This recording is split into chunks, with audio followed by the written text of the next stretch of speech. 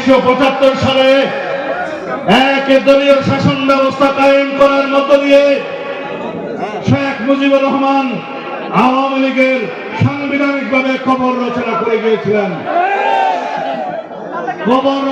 গিয়েছিলেন। এই দেশের বহুদলীয় গণতন্ত্রের দাফন করে গিয়েছিলেন তৎকালীন স্বৈর শাসক এক নায়ক শেখ মুজিবুর রহমান। আর তার কন্যা আওয়ামী লীগের দাফন করে গেছেন 2024 সালের 5ই আগস্ট।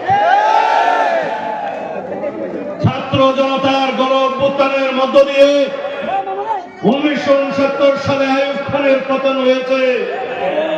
1990 সালে স্বৈর শাসক সামরিক শাসক এরশাদের উৎখাত হয়েছে। 2024 সালের 5ই আগস্ট স্বৈর শাসক পৃথিবীর নিকৃষ্টতম খুনি জাতিসংঘ স্বীকৃত সবচাইতে জঘন্য গণহত্যাকারী শেখ হাসিনার পতন হয়েছে। আওয়ামী লীগের রাজনৈতিক মৃত্যু হয়েছে। আপনারা এই সংবাদ বাংলাদেশের সমস্ত রাজনৈতিক কর্মীদের কানে কানে পৌঁছে দেবেন। আওয়ামী লীগের রাজনৈতিক মৃত্যু হয়েছে, দাফন হয়েছে দিল্লিতে। যে এই সংবাদ গণমাধ্যমের বন্ধুরা আপনারা প্রচার করবেন।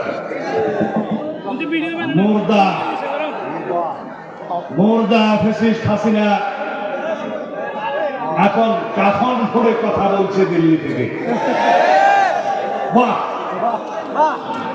বাংলাদেশের এই গণতান্ত্রিক ময়দানে নতুন বাংলাদেশে শহীদের রক্তস্নাত এই গণ অভ্যুত্থানের পরে গণতন্ত্রের আকাঙ্ক্ষা নিয়ে যে বাংলাদেশ জেগে উঠেছে, সেই বাংলাদেশে হাসিনা মাঝে মধ্যে কাফন খুঁড়ে কথা বলে অস্থিরতা সৃষ্টি করতে চায়। মুর্দা কখনো কথা বললে মানায়? মুর্দা কি কখনো কথা বলা জায়েজ আছে? হাসিনার রাজনৈতিক মৃত্যু হয়েছে, নিজেই দায়ী। আওয়ামী লীগকে দাফন করেছে শেখ হাসিনা নিজেই। বাকশালের মাধ্যমে শেখ মুজিব প্রথমবার দাফন করেছিল আওয়ামী লীগকে, গণতন্ত্রকে।